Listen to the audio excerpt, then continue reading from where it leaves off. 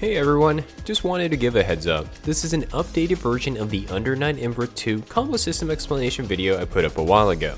A good grip of it is still the same, but there is plenty of new information in here. I'll put up an indicator for the new parts. Alright, let's start the video. Under Night UNI2 combo system is fairly complicated. Some of you may have looked at combo guides and go, wait, why are there so many combos? And think, which one should I learn first? So in this video, I'll explain how combos work in Under Night, and a general idea on which ones you should learn first. The first major property that you should know is that the longer the combo goes, the hit stun scales harder. So let's say if I want to do Merkava's 2C, 5C to 4B. Yep. By the way, for people unaware, this is called number notation and is a method of describing directional inputs. Most of the Under Night community uses this, so I highly recommend learning it. Anyways, if I do this sequence early in a combo, it's very likely that it will work. However, if I do it later in a combo, the opponent may be able to recover.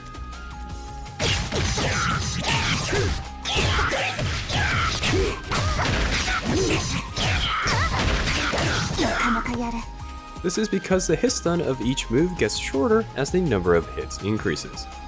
And as an additional note, hit stun scaling also affects recovery timing. The longer a combo goes, the faster the opponent recovers, even if you end it with the same knockdown move. So if you want to practice accurate Okizemen timings, you have to do the entire combo. Luckily, Under Night 2 has save states, so you can simply do the combo once and load the ending parts to practice.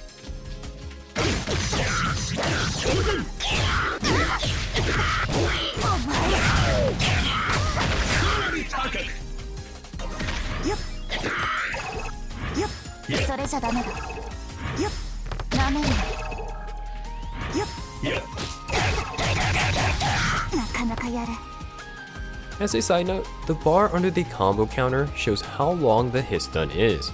If you want a general idea on how much time you have to land the next hit, it might be a good place to look.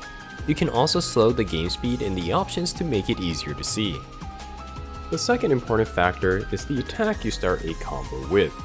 If you start a combo with a strong attack, you will have more hit stun to work with compared to a weaker attack. Let me show you what this means. Here's a Merkava combo that starts with 2B.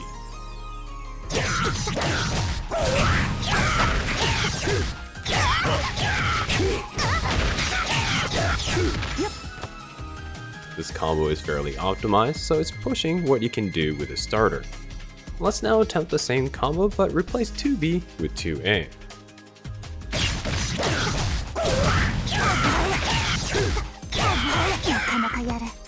You can see that it does not fully connect. This is because the 2A starter lowers the amount of hit stun you get across the combo and allows the opponent to recover faster. This is one of the reasons why Under Night combo guides are very long. A lot of them optimize combos for each starter, and if you account for things like screen position, vorpal, and meter, you get quite a lot of permutations. But do not worry if this sounds daunting. If you are a beginner, you can find a combo route with lowest hit stun and use that for the rest of your starters. As a very broad and general rule, assault attacks scale the hardest, then it's the grounded A attacks. So if a combo works with these, it's bound to work with most starters. So learn those first, apply it to everything else until you get comfortable enough to start optimizing. As a side note, assault attacks and normal jump attacks scale differently even if you use the same attack strength. So if you hit the opponent with jump C, you can do more damaging combos than assault C.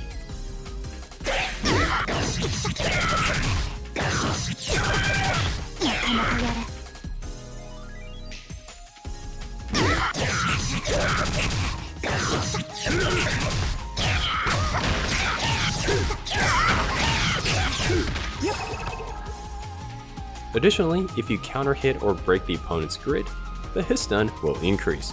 So counter hit and grid break only combos do exist.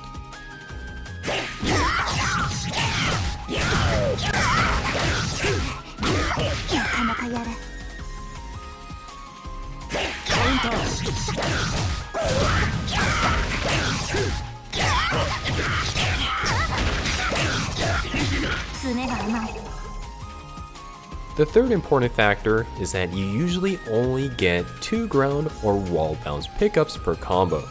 So even if you have adequate hit stun, you cannot continue to combo if you expend your ground and wall bounces early. Here's an example where I use 2 ground pickups and the third simply goes through the opponent.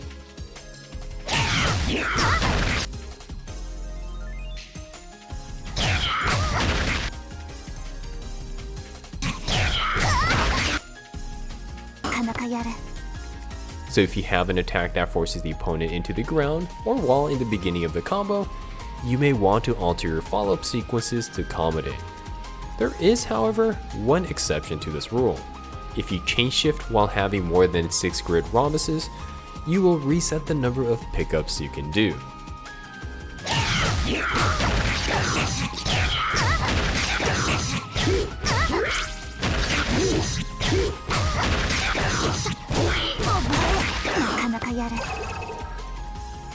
Lastly, there are markers on the combo counter to indicate how many pickups you have left. It's a nice touch that the developers added in a recent version. The fourth rule is that you can cancel most normals into another one, but you cannot use a normal that you've already used within the same string. For example, you can cancel Kaguya's 2A into 2B and 2B into 2A.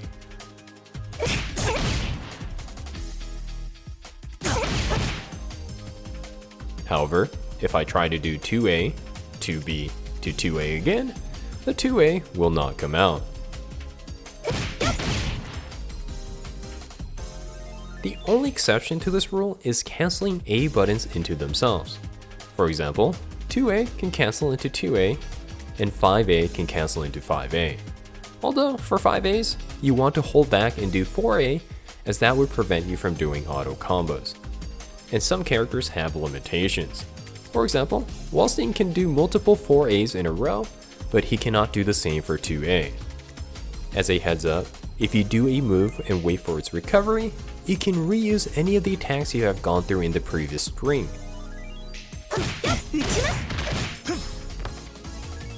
The limitations only occur when attacks are cancelled into another. The last important property is that you usually only get 1 jump cancel per combo. So if you launch your opponent and cancel that move into a jump, you will not be able to do another one later in the combo.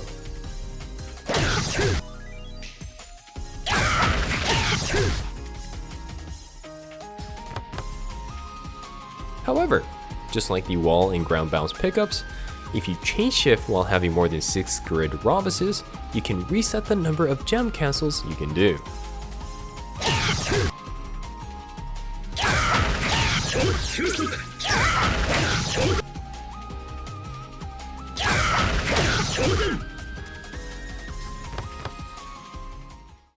This is a list of all the crucial things you need to know when testing and building combos for Under Night. The next few properties are mostly for optimizing damage and will not have a direct effect on whether or not the combo works. So if you're a beginner, don't worry about it too much. I'm only putting this here for completion's sake and for experienced players who want to further optimize their routes. I will, however, go over combos you should learn first after these, so stay tuned. The first one is, damage output will change based on grid and character state. Vorpal, Beowulf, Celestial will add a certain percentage to your attack damage. If you are labbing for combos, I highly suggest keeping your characters at Vorpal state for easy damage comparisons. You can also check how much extra damage you are doing by looking at the stats below the combo counter. Second, damage scales harder if you use the same attacks. For example, both A and B versions of Merkava's aerial projectile do the same damage.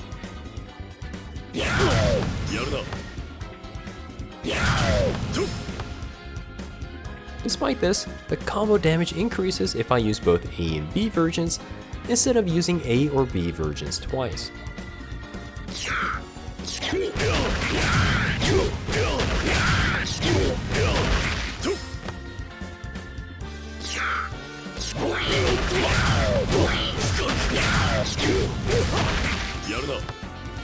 So if you want to optimize damage, you should look into using a variety of normals and specials.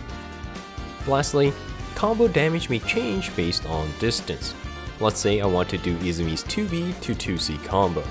The initial hit of 2B will always do the same damage, but the subsequent hits will have different numbers based on distance.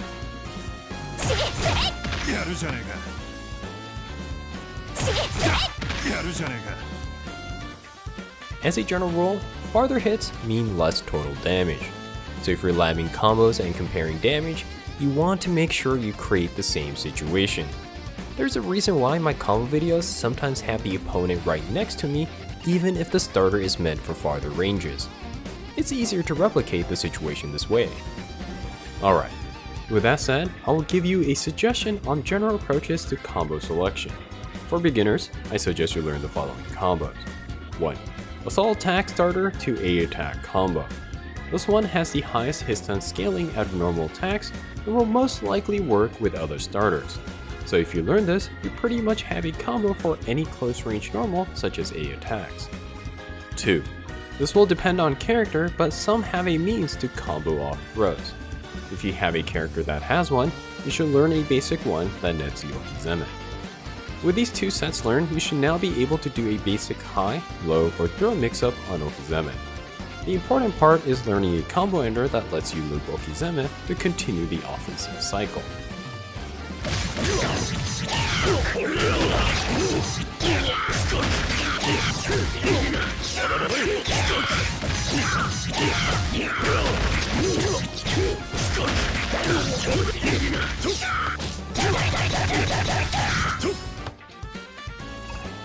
Three.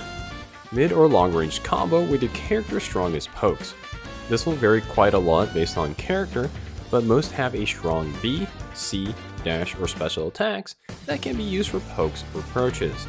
Find out which one nets you the most hits and learn a way to convert off that. 4. Anti-air. Lots of new players will jump and assault constantly. Having a means to stop them will be very important.